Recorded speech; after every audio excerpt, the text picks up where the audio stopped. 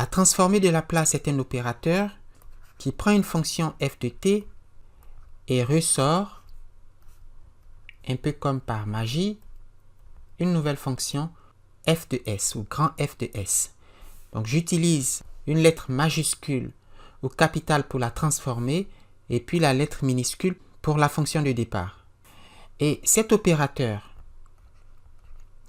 qui est l'opérateur de Laplace, nous le notons L et qui prend pour argument la fonction petit f de t.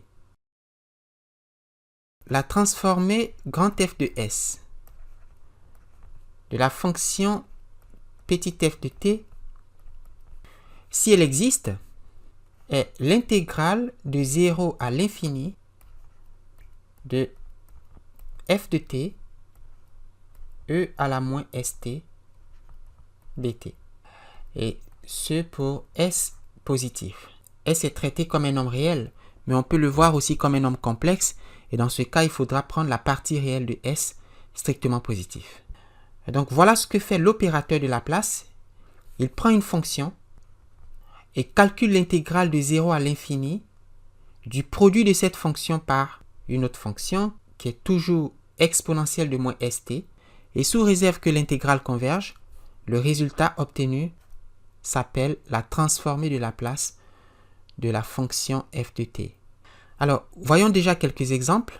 La transformée de Laplace de 1, de la fonction f de t égale à 1, c'est l'intégrale de 0 à l'infini de 1 fois e moins st dt.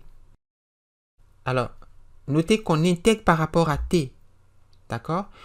Et par conséquent, une primitive de e à la moins st, c'est 1 sur moins s, e à la moins st, entre les bornes 0 et l'infini. Comme s est positif, nous savons que e à la moins st, quand on remplace t par l'infini, on a e à la moins l'infini qui vaut 0, moins, quand on remplace t par 0, on a e à la moins s fois 0, c'est e à la 0, et e à la 0 c'est 1, donc on aura 1 sur moins s. Et par conséquent, la transformée de Laplace de 1, c'est 0 plus 1 sur s, c'est 1 sur s. Voilà, nous venons de calculer la transformée d'une fonction aussi simple que la fonction f de t égale à 1. Donc si vous faites passer 1 dans l'opérateur de Laplace, dans la boîte noire de Laplace, eh bien, il vous ressort 1 sur s. Alors pour le deuxième exemple, nous regardons la transformée de Laplace de la fonction f de t égale à t. Sa transformée, c'est par définition l'intégrale de 0 à l'infini de t fois e à la moins st dt. Et pour calculer cette intégrale, nous allons bien entendu procéder par intégration par partie. Je rappelle que la formule d'intégration par partie, elle dit que pour l'intégrale de u fois v', c'est u fois v moins l'intégrale de u' fois v. Si nous allons prendre u égale à t, et donc la dérivée c'est 1, et puis v' c'est e à la moins st, et comme on intègre par rapport à t, s est une constante, et donc une primitive de v', c'est 1 sur moins s, e à la moins st.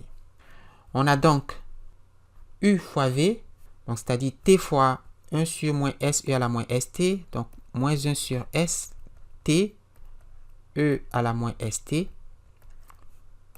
de 0 à l'infini, moins l'intégrale de 0 à l'infini de u'v, de 1 fois 1 sur moins s, e à la moins st. Donc 1 moins st dt. Donc souvenez-vous que s est positif et que t fois e à la moins st, c'est aussi t sur e à la st. Vous avez donc moins t sur s fois e à la st de 0 à l'infini plus 1 sur s. primitive de e à la moins st, c'est 1 sur moins s, e à la moins st, de 0 à l'infini. Quand t tend vers l'infini, e à la st tend vers l'infini, t tend vers l'infini, mais le dénominateur, e à la st, tend beaucoup plus vite vers l'infini que le numérateur. Et les fonctions exponentielles dominent les polynômes au voisinage de l'infini. Et par conséquent, ce rapport tend vers 0. Et si vous n'êtes pas sûr, faites la règle de L'Hopital, qui dit de prendre la dérivée du numérateur, la dérivée du dénominateur, et puis de remplacer t, la variable, par l'infini. De prendre la limite lorsque tend vers l'infini du rapport de la dérivée du numérateur par la dérivée du dénominateur. Donc vous allez trouver 0, moins, remplace t par 0, ça fait 0 sur quelque chose, ça fait 0. Donc 0 moins 0 plus 1 sur s multiplié par, entre parenthèses, alors e à la moins l'infini c'est 0, moins e à la 0 c'est 1, 1 fois 1 sur moins s c'est moins 1 sur s. 1 sur s fois 1 sur s, ça fait 1 sur s carré. Et par conséquent, la transformée de la place de la fonction f de t égale à t, c'est la fonction 1 sur s carré. Si donc vous faites passer la fonction f de t égale à t dans la boîte noire de Laplace, elle vous ressort 1 sur s carré. Une propriété manifeste de la transformée de Laplace et qui découle des propriétés de l'intégrale, c'est la linéarité. Parce que l'opérateur intégral est linéaire, la transformée de Laplace l'est aussi. Et ça veut dire que si je prends deux fonctions f de t et g de t et que je les combine comme ceci, donc j'ai a fois f de t plus b fois g de t, la transformée de Laplace de cette combinaison linéaire des fonctions f et g, c'est la combinaison linéaire des transformées des fonctions f et g. N'est-ce pas? Donc ça veut dire a fois la transformée de f que nous notons f de s plus b fois la transformée de g que nous notons g de s. Cette transformée de f de t, c'est f de s, et celle de g de t, c'est g de s. Donc par exemple, on donne la fonction f de t égale à 3 moins 5t. On demande de trouver sa transformée de Laplace.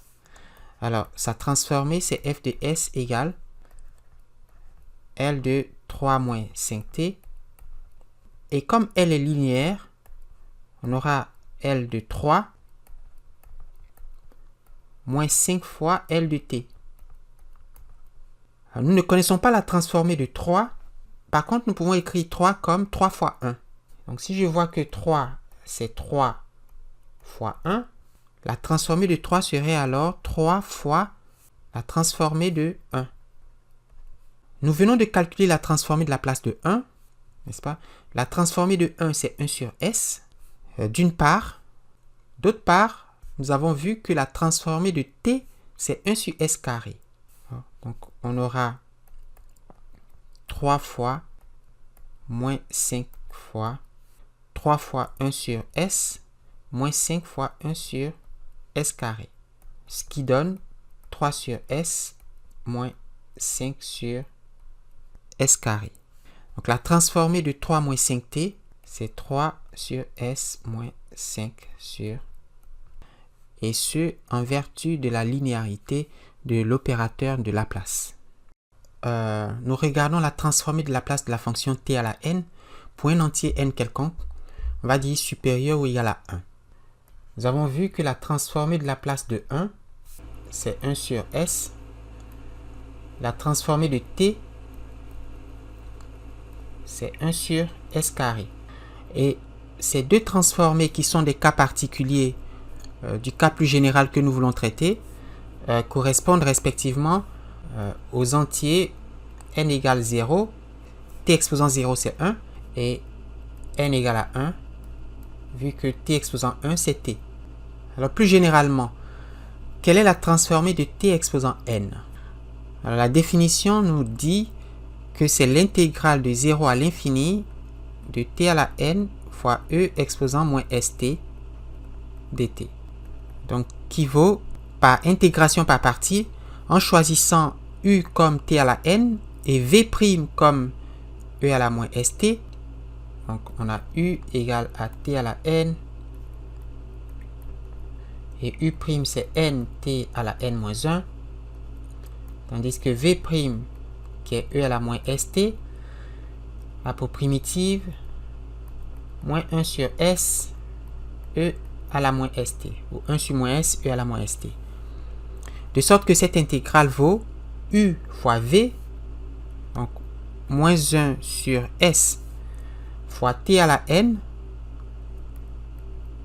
sur e à la st. Et ceci de 0 à l'infini moins l'intégrale de 0 à l'infini, on a uv', donc on aura u'v, n fois t à la n moins 1 fois moins 1 sur s e à la moins st. Donc moins 1 sur s e à la moins st dt. Et comme on l'a vu pour le cas n égale à 1, cette quantité vaut 0 quand t tend vers l'infini. On l'a expliqué en disant que la fonction exponentielle domine tous les polynômes au voisinage de l'infini, au voisinage des grandes valeurs de t. Donc on a moins, entre parenthèses 0, moins 0, puisque 0 exposant n c'est 0. Moins et moins ça fait plus. On peut faire sortir les constantes n et 1 sur s. Donc on aura n sur s fois l'intégrale de 0 à l'infini de t à la n moins 1 fois e à la moins st dt. C'est très intéressant parce que cette intégrale, c'est la transformée de Laplace d'une certaine fonction. Et de quelle fonction s'agit-il? Eh bien de la fonction t à la n moins 1. C'est la transformée de Laplace de la fonction t à la n moins 1. Par conséquent, ce que nous découvrons, c'est que la transformée de Laplace de t à la n, c'est n sur s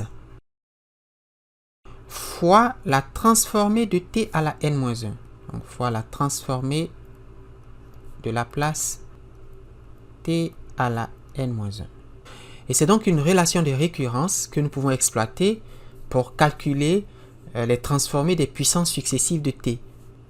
Par exemple, la transformée de Laplace de t au carré, c'est n sur s, mais n vaut 2, donc c'est 2 sur s fois la transformée de t exposant 2 moins 1. Mais 2 moins 1, c'est 1, et donc c'est t, n'est-ce pas? Or, la transformée de t, c'est 1 sur s carré. On aura 2 sur s fois 1 sur s carré. Ce qui fait 2 sur s au cube. 2 sur s au cube. Et donc, t au carré est Laplace transformée en 2 sur s au cube. Quelle est la transformée de Laplace de t exposant 4? C'est 4 sur s fois la transformée de Laplace de t exposant 4 moins 1. Mais quelle est la transformée de Laplace de t exposant 3? C'est 3 sur s fois Laplace de t exposant 2. Quelle est la transformée de Laplace de t au carré? Bien, c'est 2 sur s fois la transformée de Laplace de t exposant 1. Donc, on a 4 sur s fois 3 sur s fois 2 sur s. La transformée de Laplace de t exposant 1, c'est 1 sur s fois la transformée de Laplace de t exposant 0, qui vaut 1 d'ailleurs. La transformée de Laplace de 1, nous l'avons vu, c'est 1 sur s. Et si vous regardez bien, au numérateur, on a 4 fois 3 fois 2 fois 1. 4 fois 3 fois 2 fois 1, c'est 4 factoriel. Et 6 fois 5 fois 4 fois 3 fois 2 fois 1, c'est 6 factoriel. Donc, on a 4 factoriel sur s exposant 4, mais qu'il faut encore multiplier par un autre s. Donc, s exposant 5. La transformée de t à la 4, c'est 4 factoriel sur s à la puissance 5. Et plus généralement, la transformée de la place de t exposant n, c'est n factoriel sur s exposant n plus 1. En particulier, la transformée de la place de t exposant 8, c'est 8 factoriel sur s exposant 9. La transformée de la place de t exposant 23, c'est 23 factoriel sur s exposant 24.